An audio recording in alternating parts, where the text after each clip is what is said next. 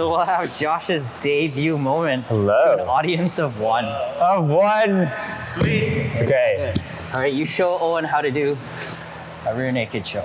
All right. So guys, everyone. Owen? Yes. Going over rear naked choke. So basically, like any choke, we want to have basically a triangle around the neck. So it'd be like this, cutting off carotid arteries and passing out, right? So once you're done hand fighting and all that stuff, you're usually gonna end up here and gripping basically the shoulder and then wanting to get your elbow right under the chin. I mean, this is easier said than done, but this is the basic idea of it. Once that's through, this hand's gonna be pulled out. And the main thing you don't wanna do is bring it back in front, because they're gonna grab it most likely, and they're gonna prevent this, and it's gonna be a pain in the ass to get it back. So once you clear this hand, try to keep it out of the 180 of them so they can't see it even, because you're hiding it. And once you're there, you can break the posture with your head pretty easily just to get it open. And then once it's open, you get a little space and then slam this through. If you come to the other side, you can see I'm grabbing my own shoulder and getting this over the top. One of the things is you don't want to just have your hands over your bicep, because especially in no-gi, it can slip out.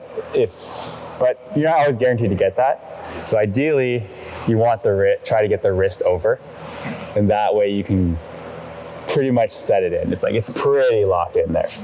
And John will say it probably feels pretty tight once I'm like here. Mm-hmm. So once you get that in, oh, my bad. Here, you want to curl your feet in with your hooks, and then you're gonna squeeze your elbows, try to like intersect your elbows to like make that choke in, and then kind of like pull back and push at the same time. Yeah, should be pretty quick.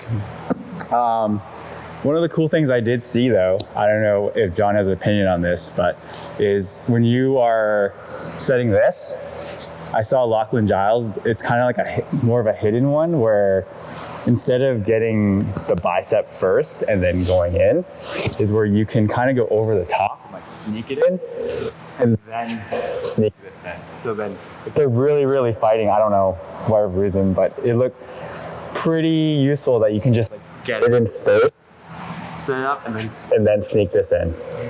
And then that way, there's just less of a chance of it slipping out. But I don't know how that would work with bigger guys, but we can forget about that for now.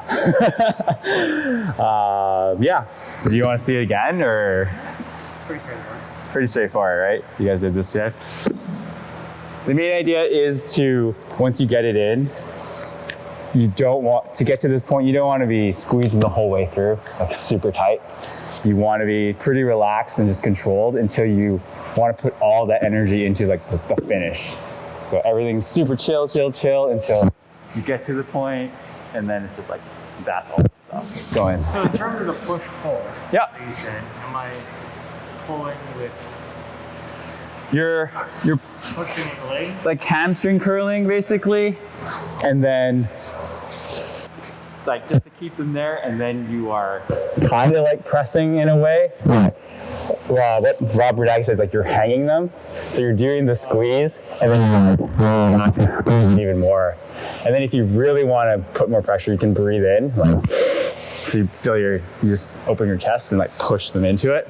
So you put their entire neck into that tiny, tiny hole as you get smaller and smaller. Yeah. Questions?